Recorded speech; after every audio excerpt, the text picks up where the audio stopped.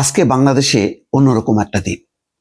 Sudan থেকে এসছে সামরিক বাহিনীর ৬ সদস্য, যারা শান্তিরক্ষী মিশনের সদস্য হয়ে সুদানে কর্মরত ছিল এবং কর্মরত থাকা অবস্থায় সন্ত্রাসীদের আক্রমণে নির্মমভাবে তারা নিহত হয়।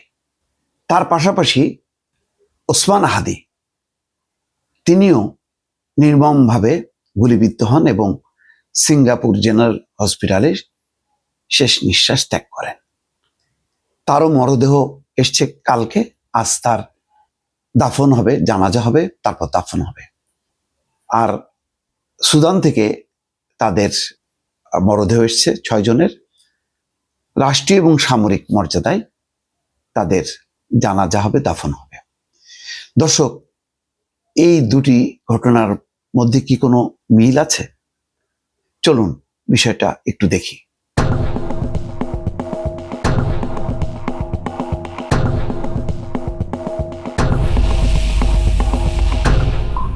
খেয়াল করেন যে প্রেক্ষাপট দুটি ভিন্ন, কিন্তু অদ্ভুত মিল আছে। বিশ্বের শান্তি রক্ষার জন্য বাংলাদেশ সেনাবাহিনীর সদস্যরা জাতিসংঘ শান্তি মিশনের বা শান্তিরক্ষী বাহিনীর সদস্য হিসাবে বিভিন্ন দেশে কর্মরত আছে। যুদ্ধ বিধ্বস্ত বা গৃহযুদ্ধে জর্জরিত সুদানে আমাদের সামরিক বাহিনীর সদস্যরা কাজ করছেন বা শান্তি রক্ষার চেষ্টা করছেন, মানবাধিকার প্রতিষ্ঠার জন্য চেষ্টা করছেন এবং দেশটিকে রক্ষা করার চেষ্টা করছেন। সেই চেষ্টা করতে গিয়ে সেখানকার আধা সামরিক বাহিনীর সদস্যদের হাতে বা সন্ত্রাসী গোষ্ঠীর হাতে নিহত হয়। তাদের যেই তাঁবু ছিল সেই তাঁবুতে হঠাৎ করে আক্রমণ হয় এবং আক্রমণ হতে ৬ জন নিহত হয় বাংলাদেশি সৈন্য এবং আরো ৭-৮ জন আহত হয়। নির্মম মৃত্যু ঘটেছে তাদের। আজকে শোক, কারণ তাদের মরদেহ এসছে বাংলাদেশে। পাশাপাশি দেখেন, আজকে একই দিনে ওসমান হাদির জানাজা হচ্ছে এবং দাফন হবে তার সংসদের দক্ষিণ প্লাজায়। ওসমান হাদিও বাংলাদেশে একটি নতুন চিন্তা চেতনা নিয়ে, রাজনৈতিক আদর্শ নিয়ে দাঁড়াতে চেয়েছিল বা সেই লক্ষ্যে কাজ করছিল। তার বক্তব্যে সে কাউকে ছাড় দিচ্ছিল না, যেটাকে সঠিক মনে করে সেটাই সে করে যাচ্ছিল, কিন্তু বেশি দূর যেতে পারেনি ওসমান হাদি। তার আগেই ঘাতকের বুলেটে তিনি আঘাতপ্রাপ্ত হন, তার মাথায় গুলি লাগে এবং বাংলাদেশ মেডিকেল এবং এভার কেয়ার হসপিটালে চিকিৎসা নিয়ে তিনি যান সিঙ্গাপুর জেনারেল মেডিকেল কলেজ হাসপাতালে। সেখানেই তার শেষ মৃত্যু হয়। তার মরদেহ এসছে গতকালকে, আজকে জানাজা হবে। এই ঘটনাকে কেন্দ্র করে বাংলাদেশের এক অশান্তি। দেখেন, সুদানের গৃহযুদ্ধ অবসানের জন্য আমাদের শান্তিরক্ষী বাহিনীর সদস্যরা কাজ করতে যে মৃত্যু মুখে পতিত হয়েছে, ওসমান গনিও তার রাজনৈতিক আদর্শ প্রতিষ্ঠা করতে যে সেও নিহত হয়েছে। সুদানের গৃহযুদ্ধ আর বাংলাদেশের একটি অশান্ত রাজনৈতিক যুদ্ধ। দুই যুদ্ধের মধ্যে একটি লক্ষ্য দুই পক্ষের, সেটা হচ্ছে শান্তি এবং স্থিতিশীলতা। আজকে ওসমান হাদি নতুন চিন্তা চেতনার আলোকে কাজ করতে যে দুর্বৃত্তদের গুলিতে নিহত হয়, অর্থাৎ বাংলাদেশের যাতে রাজনৈতিক স্থিতিশীলতা বিনষ্ট হয়, বাংলাদেশ যাতে সুদানের মতন একটি দেশে পরিণত হয়, তারই হয়তো লক্ষ্য ছিল দুর্বৃত্তদের, রাজনৈতিক দুর্বৃত্তদের। তাদের হাতেই তিনি শহীদ হন। একইভাবে সুদানে দেখেন ৬ জন শান্তিরক্ষী বাহিনী শহীদ হয়েছেন। সেখানের সেই দেশটি রক্ষা করতে গিয়ে, সেই দেশের গৃহযুদ্ধ অবসান ঘটাতে গিয়ে লক্ষ্য দেখেন কি অদ্ভুত রকম অভিন্ন। বাংলাদেশের রাজনৈতিক স্থিতিশীলতা, বাংলাদেশের সমৃদ্ধির জন্য ওসমান হাদি প্রাণ বিসর্জন দিল, আর সুদানে বাংলাদেশের শান্তিরক্ষী বাহিনীর সদস্যরা সেই দেশটি রক্ষার জন্য আজকে প্রাণ দিল। দুটি ভিন্ন দেশ, সুদান আর বাংলাদেশ, কিন্তু লক্ষ্য দেখেন ঘটনাক্রমে একই।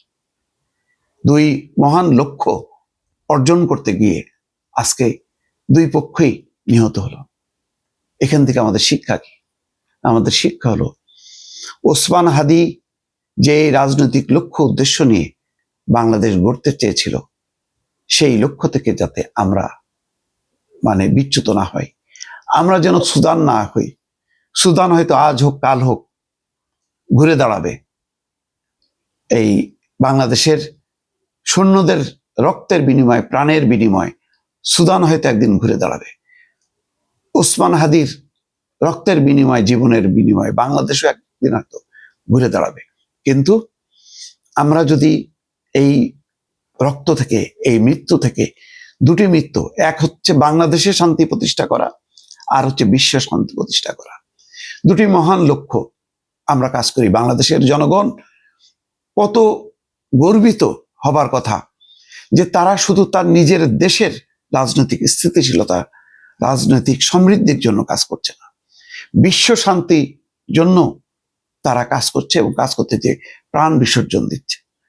এই চিন্তা চেতনাটা যদি আমরা ধারণ করতে না পারি, যদি আমরা উস্কানি, যদি আমরা কোনো উচ্ছৃঙ্খলতায় পা দিই, জ্বালাও পোড়াও মধ্য দিয়ে, যেটা ওসমান হাদির, দেখেন এখনো পর্যন্ত ফেসবুকে, সোশ্যাল মাধ্যমে তার ওই বক্তব্যটা ঘুরছে যে আপনারা প্রথম আলোর সামনে যে কি করেন, আপনারা প্রথম আলোর মতন 10টা প্রতিষ্ঠান করে আপনারা আপনার আদর্শ প্রচার করেন, তাদের কাজ তাদেরকে করতে দেন। আপনি তাদের আদর্শের বিপরীতে আপনি আপনার আদর্শ যুক্তি দিয়ে আপনি দাঁড়ান। আপনি জ্বালাও পোড়াও কেন করবেন? সেই অধিকার আপনাকে কে দিয়েছে? আজকে আপনি যুদ্ধ করতে চান, যাদের বিরুদ্ধে যুদ্ধ করতে চান, সেই শক্তি আপনার আছে, সেটা অর্জন করেছেন, আগে অর্জন করেন। ইসরায়েলের মতন শক্তিশালী দেশ হন, যাতে ভারত সহ সবাই কাঁপতে থাকে। পারবেন? পারবেন না, কারণ আপনি ধ্বংস করে দিচ্ছেন আমাদের সংস্কৃতি, সাংস্কৃতিক প্রতিষ্ঠান, গণমাধ্যম আজকে ধ্বংসস্তূপে পরিণত হয়েছে। আপনারা বলছেন এগুলো হচ্ছে ভারতীয় আধিপত্যবাদ, ভারতীয় আস্তানা, আওয়ামী আস্তানা। কত বড় ভুল! পাকিস্তানি শাসক গোষ্ঠীরা যা করেনি, শেখ হাসিনার 15 বছর শাসন আমলে এইভাবে পুড়িয়ে দেওয়ার মতন ঘটনা ঘটেনি। আজকে সেই ঘটনা ঘটানো হচ্ছে। বাংলাদেশকেও সুদানের মতন একটা গৃহযুদ্ধের দেশে পরিণত করার জন্য চেষ্টা করছে কিছু উগ্রপন্থী। আর দেখেন, সেই সুদানের উগ্রপন্থী সন্ত্রাসীদের বিরুদ্ধে লড়তে যে আমাদের সৈন্যরা প্রাণ দিল। তাহলে দুই ভিন্ন প্রেক্ষিত, ভিন্ন ঘটনার লক্ষ্য উদ্দেশ্য আন্তর্জাতিক পরিসরে যদি একই হয়, তাহলে বাংলাদেশ